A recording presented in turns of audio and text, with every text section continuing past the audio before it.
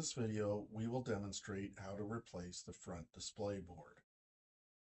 This is a view of the front of the control valve. In order to access the internal components, we will need to view the back side of the power head.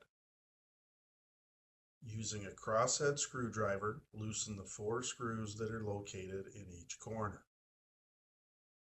The front display cover will then easily tilt forward and away from the power head housing. Please keep in mind that there is limited slack for the wires connected to the front display board. Then carefully wiggle and detach the multi-pin connectors away from the front display board.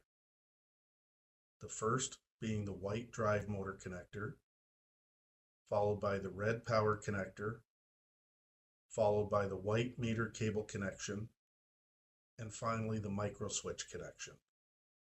And then set the display cover off to the side. This is the back side of the front display board.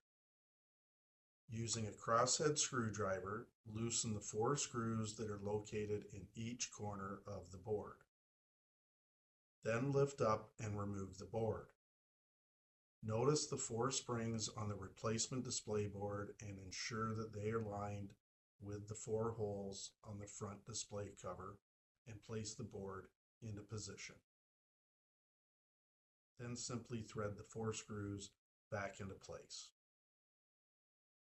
Next, connect the multi-pin connectors to the display board while keeping in mind that the connectors are color-coded and keyed to fit in only one orientation.